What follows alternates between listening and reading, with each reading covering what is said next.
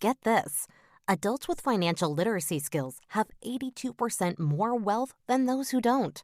From swimming lessons to piano classes, us parents invest in so many things to enrich our kids' lives. But are we investing in their future financial success? With Greenlight, you can teach your kids financial literacy skills like earning, saving, and investing. And this investment costs less than that after-school treat. Start prioritizing their financial education and future today with a risk-free trial at greenlight.com/get-started. That's GREENLIGHT.com/get-started. Yeah, can I get an order for delivery? Yeah, I'll have 3 pork belly ramen, 3 duck fried rice, 2 orders of steamed dumplings, and can I get... Oh, give me a Hot Pocket. Just pretend a dumpling is a Hot Pocket, man. No, because it's all gooey. How about an order of egg rolls then? Do they have them with pepperoni? Oh my God, you're impossible. I now declare myself king of the podcast. Okay. Yeah, great. You're king of the podcast. Congratulations. You're unopposed. Thank you. Unopposed, king. Hey, guys. What's going on? Oh, hey, Noah. So with Eli gone this week, I figured this would be a perfect time to consolidate my power. Wait, who? Eli, the other guy on the podcast. Doesn't ring any bells. And with this week's episode on Vladimir Putin, I figured this would be a great thing for pre-show shenanigans. He says the beard. He's the guy with the beard. Tom. You're talking about Tom. No. He's the guy with the beard that's not you or Tom.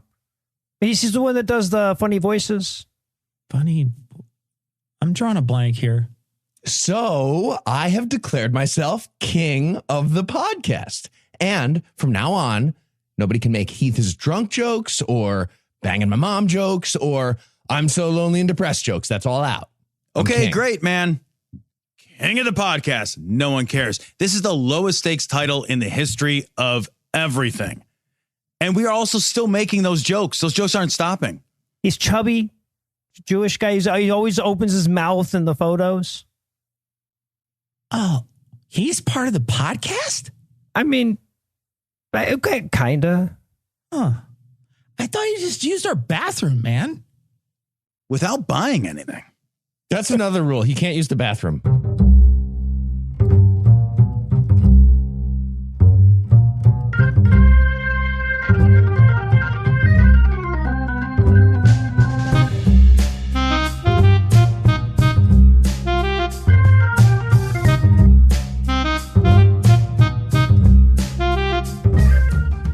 Hello and welcome to Citation Needed, the podcast where we choose a subject, read a single article about it on Wikipedia, and pretend we're experts, because this is the internet, and that's how it works now. I'm Heath, and I'll be hosting this thing that we do that's probably best described as counterintelligence, if I'm being honest. in the spy world, I'm known as From Prussia with Love Handles, and I'm joined by my trusty operatives. First up, we have 2 heavily bearded spies known as Mata Hari and Poonraker, Tom and Cecil.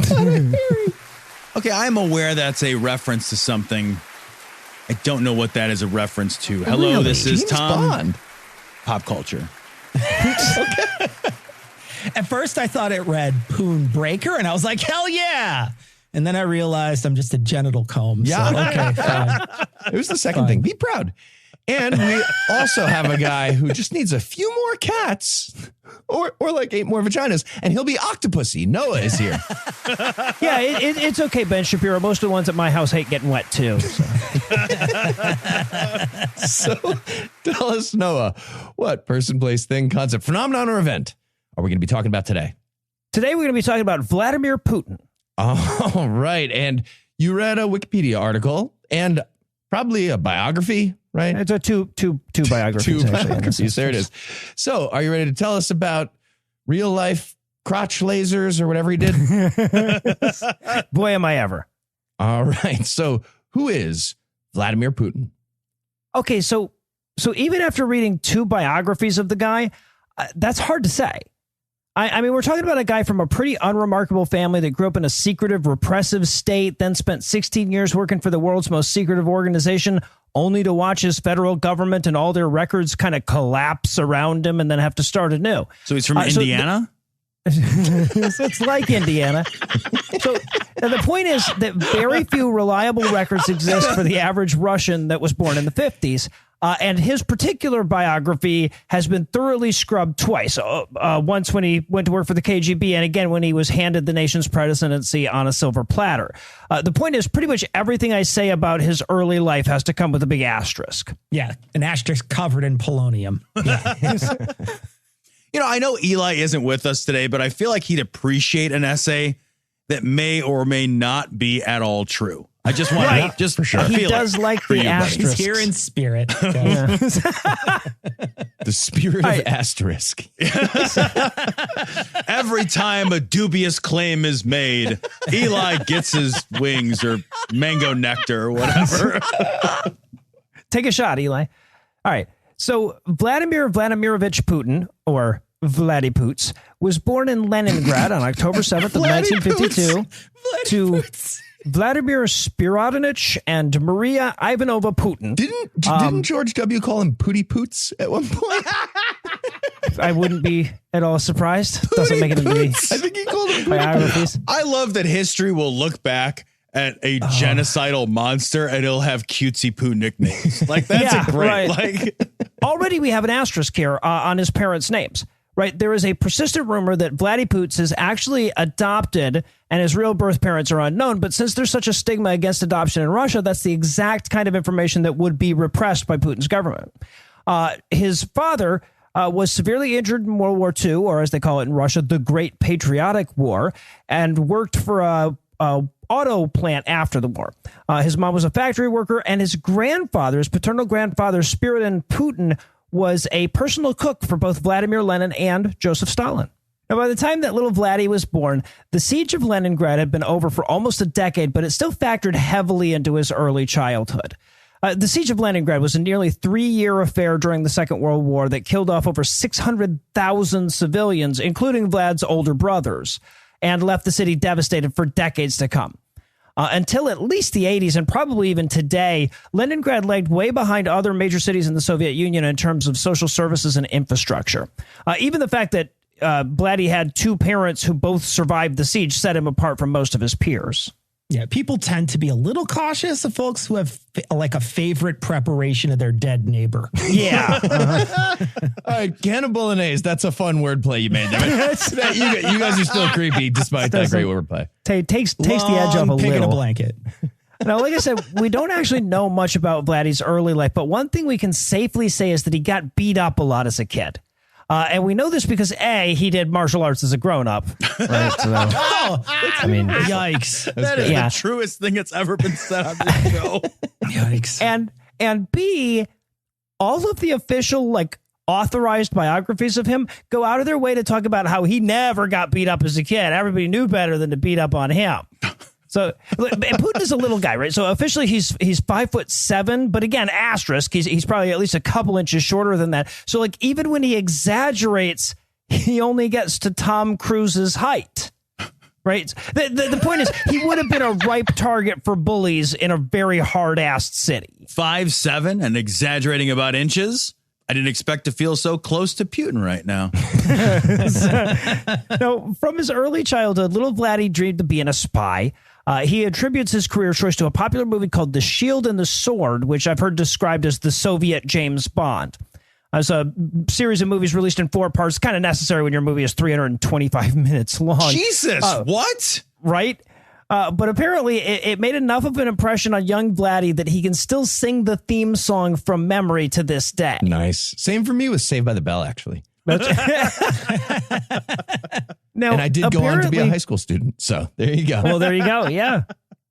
Now, apparently he was so enamored of his career choice that at one point he went to the KGB office in Leningrad to volunteer when he was a teenager. And they were like, dude, this is the fucking Soviet Union. You don't volunteer. We will give you a job. But according to the asterisk-laden legend, the officer that he talked to was so impressed that he gave young Vladimir some advice on what educational path to take if he wanted to get a job as a spy. Basically, learn a second language, preferably English or German, and secondly, pursue an education in law enforcement. He's walking away all dejected, and the KGB guy's like, "Hey, kid!" And he throws him a phone tapping kit. Yeah. All right, man, you dropped it really badly. That was right. All right. I'm going to hand you this bag of polonium. That was the second thing I was going to do. Don't drop this. So he follows the KGB dude's advice, and in 1975, Putin is given a job at the KGB, but it turns out to be way less glamorous than the shield and the sword made it out to be. While there are rumors that he did some undercover work in like New Zealand or something at some point in his career, those rumors are not credible. OK, it's bullshit propaganda that he spreads, because the truth of the matter is that he was always mucking out stalls in the KGB. So you know how like in a Bond movie, there will come a time when like he's gone rogue or something, and M will turn to somebody and say, "Find out everywhere that Bond has been in the last 24 hours. Well, Vladdy was the KGB equivalent of the guy that M was talking to in that instance, right? Yeah, and get me a coffee, 2 cream, 1 sugar, and one of those beet flavored donuts. Vlad's in the park next to the coffee stand getting the coffee and donuts. Coffee guy sits down on the bench facing the other way, and he's just like, Right. Hey man, can you just like walk up and order the coffee and donuts regularly? I know you said you're a spy. This is nothing. No, at first the KGB kept him in Leningrad and tasked him with following around whatever few foreign nationals visited the Soviet Union back then. Eventually, he moved up the ranks to where he was stationed in East Germany, but not like the cool kid table in East Berlin. He was in Dresden, and his job was still following around foreign nationals and writing down when and where they peed. All 900 hours. Subject is admiring communist architecture. All 906 hours. Subject is back in the hotel asleep. Yeah, he's done. Yeah, no, it's all cubes. You went all cubes. Interesting. So by this point in his career, Putin had married. He actually didn't get married until the ripe old age of 31, which was damn near unheard of in the Russia of the time. He doesn't appear to have had any real serious relationships with women up to that point either. And when you read between the lines of his biography, it's pretty clear that that's because he was insanely awkward with women. Hell, the way his wife, Ludmilla, tells the story, even in the official Kremlin-approved biographies, he did such a bad job of proposing to her that she thought he was breaking up with her even after she had technically said yes. Impressive. Yeah, he says, well, it's decided then. And she gets up like she's going to grab her coat and her fucking toothbrush or whatever. But before she can, he finishes the sentence with, "We'll get married in June." Yeah, but if you think that's bad, his original pickup line was, "Hey, babe, want to ride the polonium? Huh? What do you say?" This is the problem with dating a spy. Everything's a double cross. Right. You know, you think he's going in for the breakup. Bam. No, you're tricked. Now you're married to a genocidal monster who will be reviled by all of history. I feel like that's useful, though, if you're the spy. Like, you get caught in a lie, and it's like, no, this is a triple cross. You got to try to keep up. I'm on an odd number of crosses. Exactly. I can't return all the texts. I'd have to have a secure line. It's a whole thing. So now shit took a decidedly southward turn for the Putins in November of 1989 when the Berlin Wall came down. Suddenly, Vladdy's job went from, writing down when people pee to burning as many pieces of paper as he could fit into the furnace at a time from like that day until he was recalled to Leningrad the following year. Now, at that point, he officially resigned from active KGB service and became a member of the active reserve. Unofficially, who the fuck knows what his relationship to the KGB is from this point on in the story. But the cover story, and I guess possibly even the truth, is that he went back to school for an advanced degree at the St. Petersburg Mining University. Their motto is, "You'll dig your new career." Think outside the bauxite. Now, there has been some speculation. It's not that great a degree. He really felt shafted. Mine shaft. Now, there has been some speculation that Putin paid somebody else to write his dissertation. And while he vehemently denies it, that's severely undercut by the fact that it's filled with all kinds of high-level math that nothing in his educational background suggests he would know. And the fact that a credible witness came forward and said, yeah, no, my dad wrote it for him. But regardless of the veracity of the accusation, at least 16 pages were directly lifted from an American textbook. So it's a question of whether Putin plagiarized it himself or paid someone else to plagiarize it. Okay, it's not that I admire outsourcing your plagiarism, but this joke was actually written by a 14-year-old girl in the Philippines. Well, sometimes you gotta get the work done. Okay, this part of the dissertation is Michelle Obama's college essay. That doesn't even make sense time-wise. She's not famous yet. Hey, halfway through, it switches to English. That seems like a gimme.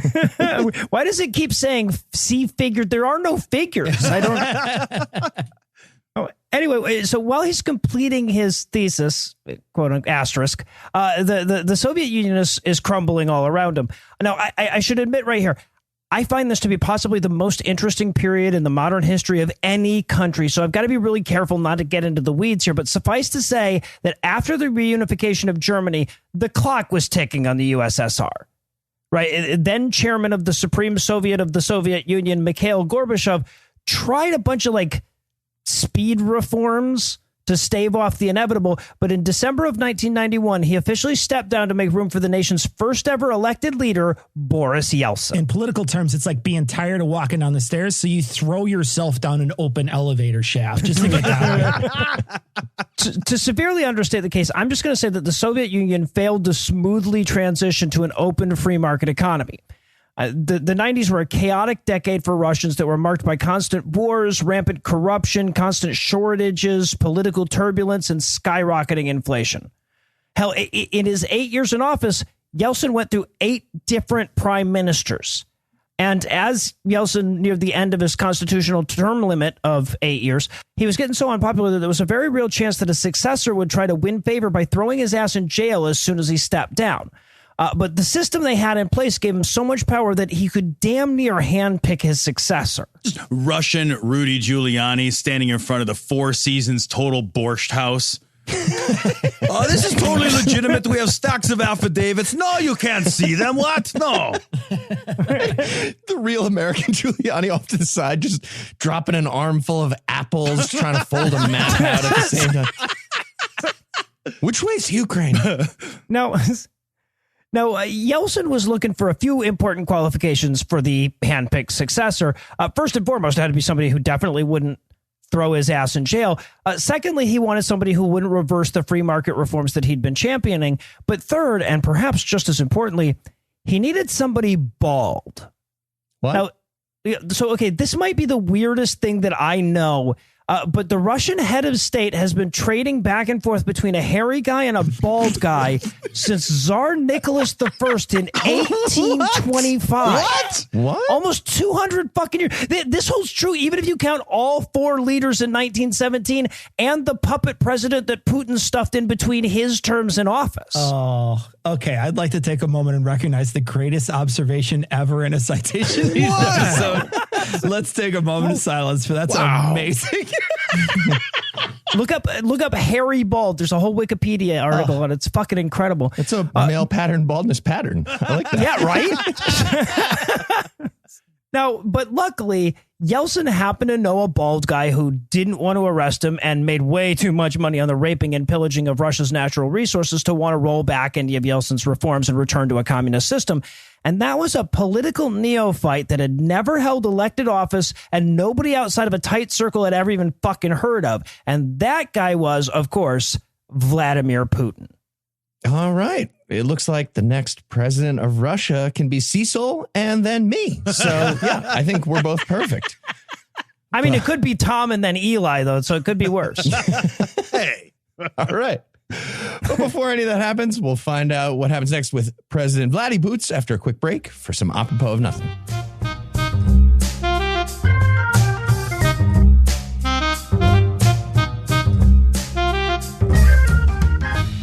Comrades, hello. Welcome to our totally free and fair election center. Very excited. Thank you. Great to be here. Okay. Now, let's get down to business of fairness. Boris, who would be good loser for this? Someone believable as loser. Give me names. Go. I I'm not sure this is how election works. Boris, I'm kind of confused now. You want to see your wife again? Did you get box of ears I sent? Yes, got the box of ears. Okay, good. Now listen up. See what I did there? Listen, because of the ear thing. I said, oh, no, that's good. That was funny, right, guys? The ear. It's a callback. Okay, Ivan, you go next. Who would be your choice to lose election? Well, I thought we could frame those Pussy Riot girls some more. Okay, what's with you and Pussy Riot Girls? That's your answer for everything. What about Pussy Riot Girls? Everything we say. Do you want wear underpants of shame? No, not again. Didn't think so. Okay, last chance. Dimitri, I need you to pick loser. Someone no one will miss. No one will. How about you? But me? No. I said loser. That's not me. Obviously not me. Look at me. I rode Polar Bear to work this morning. I'm not loser. That's dumb. You're dumb. You're stupid. Okay, now everybody tell me I'm the best or I wear your children's skin at press conference. You're the You are best. the best. You're the best. The best Ha, one. that's right. I am. King of podcast.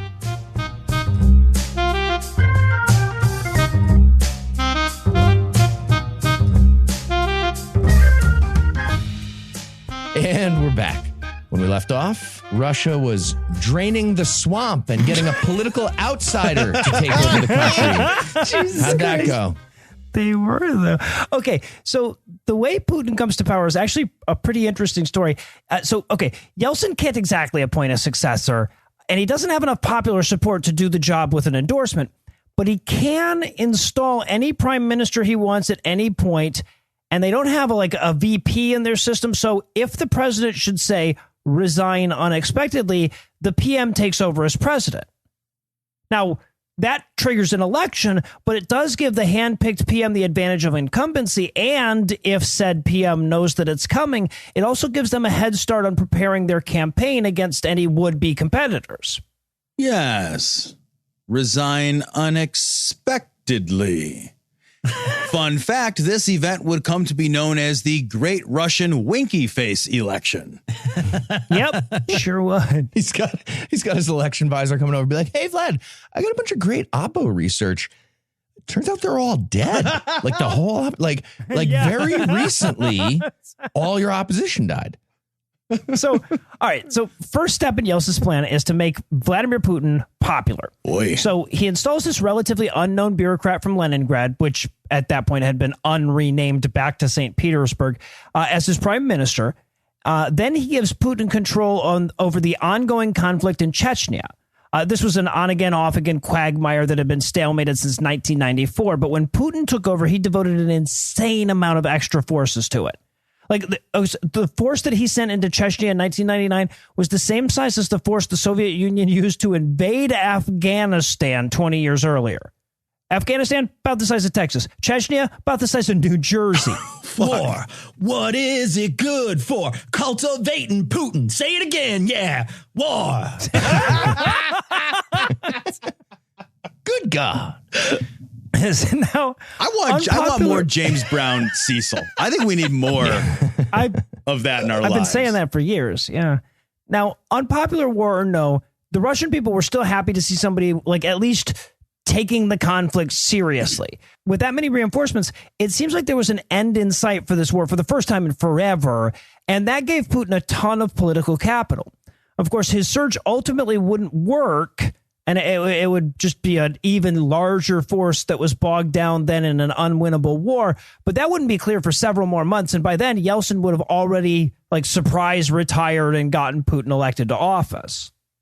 Okay, just to summarize the strategy here, the war was going so badly that a guy became popular not because he won the war, but because he lost it more differently. Yes. That was the bar. Yeah, what kind of backward-ass country votes for leaders who spend a bunch of money on a war they can't win? Stupid Russia. Dumb country. Now, I also have to point this part out, even though it's a bit of a diversion. In the weeks leading up to the election, there was a series of devastating apartment building bombings that were attributed to Chechnyan terrorists. Now, after the first couple bombings, though, a couple of terrorists were caught in the act and the bomb was defused before it could go off. The perpetrators got away, but the cops had detailed descriptions from eyewitnesses, so they put out a dragnet to find them. And then, a day later, the FSB, which is what the KGB was rebranded as, comes out and says that the apartment building bombing, that one, was actually a fake apartment building bombing that they were doing to they were going to pretend to carry out to test and see how vigilant the local residents were being. What? Yeah, no, for real. They used the "we were just testing you" excuse. So, long story short, the KGB killed a fuck ton of Russian citizens in apartment building bombings to terrify people about Chechens right before the former KGB officer known for being tough on Chechnya needed to be elected president. What, these screenshots? I was just testing your sister to see if she was loyal to you. To you. You should be thanking me for this. This is a pentuple cross. You got to catch up with I'm on a different level than you. Get on my level. It's 5. Now, at this point, look, the Western world still doesn't know what to make of Russia in general. They've had a sort of like 2 steps forward, 1 step back relationship with democracy and civil rights. But the basic consensus was that they were heading in the right direction and that Yeltsin was an honest broker who genuinely wanted democratic reform. And nobody outside of Russia knew jack shit about this Putin guy beyond the hagiographical bullshit that made its way into his official biography before the election. So at first, the international community greeted his election with cautious optimism. Cautious optimism is the name of my Joy Division cover band. Cautious optimism. Trust but verify, first of all. Fuck yeah. So in May of the year 2000, Putin was officially inaugurated into his first full term as president after a little more than 4 months on the job. And 4 things really worked in his favor towards becoming one of the most popular leaders in Russian history. Okay. The first is how bad the last 8 years had been. So basically anybody coming after Yeltsin had a head start on looking good. The second is, paradoxically, all the groundwork that Yeltsin had done. Right. No leader would have been good enough to transition away from the Soviet Union's command economy without a period of upheaval and chaos for the average Russian. But Yeltsin actually did a fairly good job. The third was 9/11. Right. So until then, the international community had bristled at the brutality of Russia's campaign against Chechnya. But since the Chechens were technically Muslim terrorists, Russia and NATO kind of found themselves on the same side here. And the fourth, and I can't overstate this one, is that George W. Bush's foreign policy was so goddamn terrifying that the rest of the world was like, you know what I miss is a really strong and nuclear armed Russia to dampen American aggression. Jesus. Where's the fucking sticker with Bush's face that says, I did that? Like, where's that one at? It's fucked up we ended on the same team there after 9/11. It's like somebody was like, you know how in the movies the whole world unites to fight against aliens? Ooh. So... yeah, there's a tiny group of Muslim people. I want to take all their stuff. Yep. Can we all get on the same page? And we could. Most of us, yeah. So that all being said, Putin had a couple of domestic failures that really did ding his popularity back home. The first was an underwhelming and notoriously callous response to a submarine disaster that killed 118 Russian sailors. The second... who cares? Blub. Yeah, so right. That was pretty much it. You know, what it blubbed what it blubbed. Yeah. I like sailors who don't drown.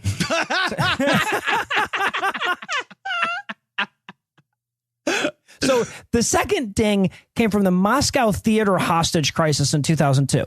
So Chechen terrorists had taken over the theater with a long list of demands, but rather than negotiate, Russian police just gassed the whole place with the idea that they would knock everybody unconscious, the hostages and the terrorists, and then they just stroll in and shoot all the terrorists while they were asleep. This kind of worked. No, yeah, no, they could not have. No, they literally just shot him in the head where they sat. But the big problem was 130 of the hostages died from being gassed unconscious. From the poison gas, probably, yeah. Yes. Okay, we tried negotiating. Now it is time for Zyklon Plan B. But exactly like that, except they didn't try negotiating. Yeah. Oh, it's so fucking awful because like they didn't like warn the hospitals of what they were doing, so the doctors didn't even know what they'd been gassed with. It was so fucking stupid. Now, despite his missteps, though, Putin figured out pretty quickly how to keep his approval rating high. See, his predecessor was plagued by a steady stream of bad news about corruption, scandals, and ineptitude. And since getting rid of corruption, scandals, and ineptitude would be a whole big thing, Putin decided to get rid of news instead. Right, enemy of the people. Yeah, right. Yeah. So Putin had the head of the largest independent news agency in the country arrested on some bullshit charges and then seized his property for phantom tax evasion, sold him cheaply to friendly oligarchs. After that, the owners of the other independent news agencies basically just got the message and coverage became very Putin friendly.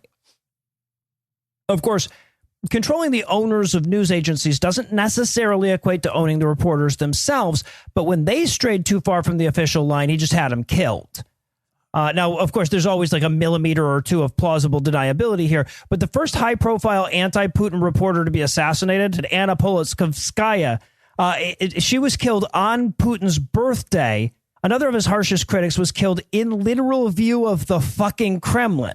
Just move him at the end if you do that. That's weird. But they don't want you're right. They just want 1 millimeter of deniability, and that's it. They want everybody to know Putin did it, right? Now, according to the Committee to Protect Journalists, since Putin's rise to power, Russia had become the third most dangerous country in the world to be a reporter in.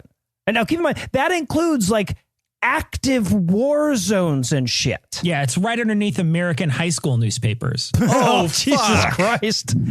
But yeah. True story. So in 2004, Putin won a farce of an election in a landslide, taking 71.9% of the vote to his nearest competitor's 13.8%. Of course, the Kremlin had to literally approve the candidates. So Putin literally got to decide who he was going to run against. On top of that, European election observers noted abuses of government resources, bias in state-controlled media, and instances of ballot stuffing. And welcome to the debate stage, comrade opponent. Now, comrade opponent, before we begin, do you have any opening remarks? You're blinking very quickly. Stop that. Okay, so Putin got to choose the losing candidates, but then some advisor was like, hey, Vlad, prop comic chewing with mouth open started getting a bunch of votes somehow. I don't know what happened. We have to cheat some more. We have to stuff ballots now Also have to make sure you don't lose to prop comic chewing with mouth open. Well, yeah. Don't blame me. I voted for comrade opponent. Well, and to Tom's point, I should probably say, like, that's accurate, except that Putin refused to debate anyone. Now, so technically, the Russian constitution limited him to 2 terms, and there was plenty of speculation that he was going to have that provision amended before 2008, but he had a different plan in mind. Ultimately, he handpicked his successor like Yeltsin did, but then had that successor, Dmitry Medvedev, appoint him prime minister, while ceding a fuck ton of power to the prime minister. And then he spent 4 years undercutting and embarrassing Medvedev, only to run again in 2012, because you just can't have more than 2 consecutive terms.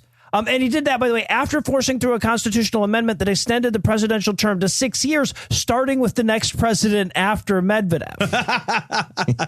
Okay, now we don't want this to seem like an autocratic power grab, so let's make sure our corruption paperwork is in order, guys. Right, yeah. Yeah, now, by the time he's elected to his 3rd presidential term, this motherfucker has gone full Queen of Hearts from Alice in Wonderland. Okay, he stages all these bullshit media stunts where he'll like ride in the back of a fighter jet, but then distribute video of him stepping out of the front seat as though he piloted it. In one instance, I love this so much. He dove down into some like old Greek ruin underwater with cameras rolling, and damned if he didn't come up with not 1 but 2 priceless faces while he was down there. What? Yeah, They're from the Ming Dynasty. What, is that not a thing in Greece? Is that not what? He rescues a mermaid somehow. What the fuck's happening? I'll tell you what, if you want a good laugh, look up video of the exhibition hockey matches that he plays against retired Russian all-stars. They'll all just like videos. You have to watch them. They're so they'll all just like trip and fall at convenient points so that he can score so that he can score 7 goals in a single game against the best hockey players in the history of the world. It's like Bugs Bunny striking out 3 guys with 1 pitch, right. but hockey goalies. Oh, that's amazing. So the high point of this trend, of course, is the famous shirtless equestrian pic that he had hanging up in the Olympic hotels during the Winter Games in Sochi in 2014. Yeah, and he was also voted Michigan Man of the Year. Crazy. Right? Yeah. Okay, this is real. I wanted so bad to recreate that photo on the horse, but with me on the horse and use it as a Tinder profile. I actually went as far as calling horse rental guys. But then I saw you need 4 more pictures. You need 5 pictures to do. I gave up. Who has right, 5 pictures of themselves? That's a whole fucking thing. Should have got one from each side and one from above of you on the horse. And then just use those. It's 4 pictures of the horse and then 1 picture with Heath in it. Why are you taking so many dick pics of the horse? Don't worry about it.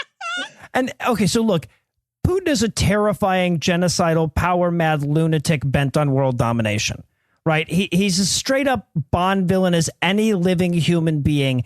And there's a real good chance that my emphasis on the silly aspects of his rise to power will seem really out of touch in a couple of months or a couple of years after he launches nukes at somebody or something. But it's important to remember that no matter how powerful and terrifying Putin gets, at his core, he's a sad little fucker who has to spread false rumors about all the hot chicks he's banging, despite almost certainly being the wealthiest man in the world. He still has a Canadian girlfriend. And no matter how sometimes. And more importantly, no matter how interesting his story gets, there is still an impossibly bland and boring man at its center. All right. If you had to summarize what you've learned in one sentence, what would it be?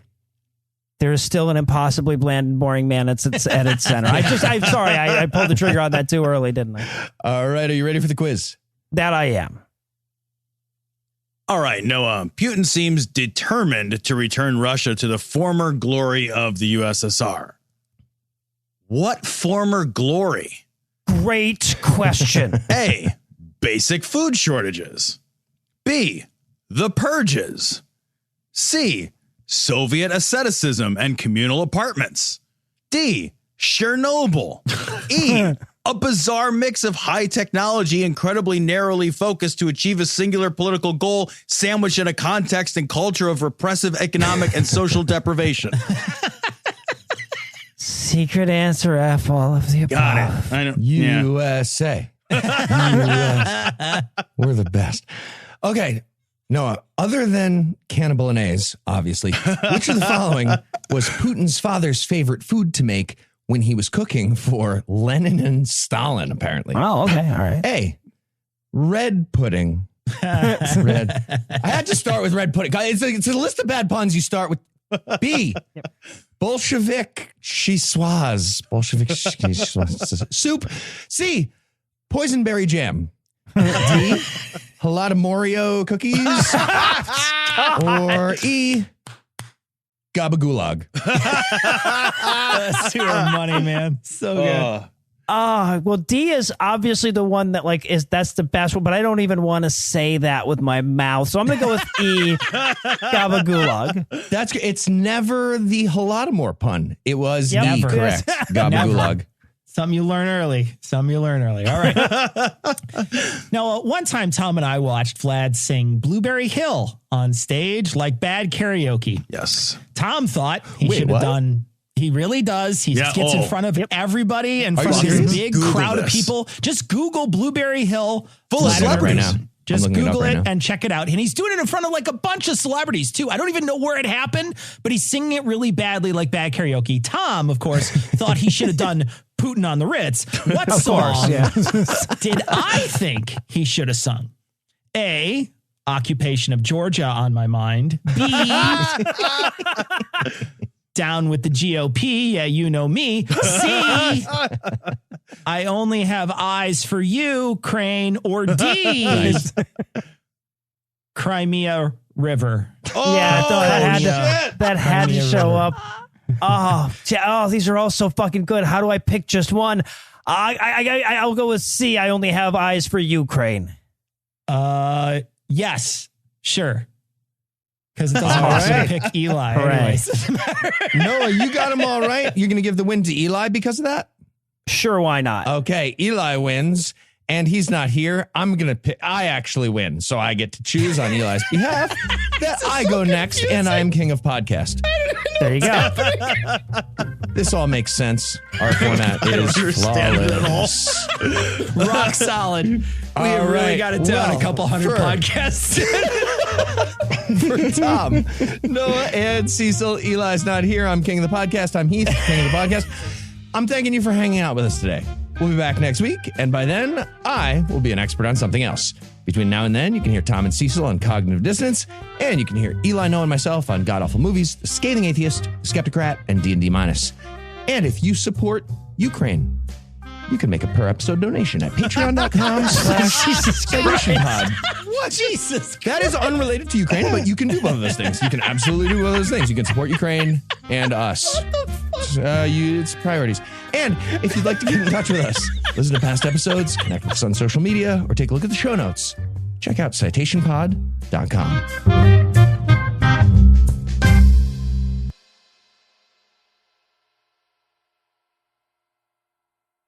Did you know that parents rank financial literacy as the #1 most difficult life skill to teach? Meet Greenlight, the debit card and money app for families.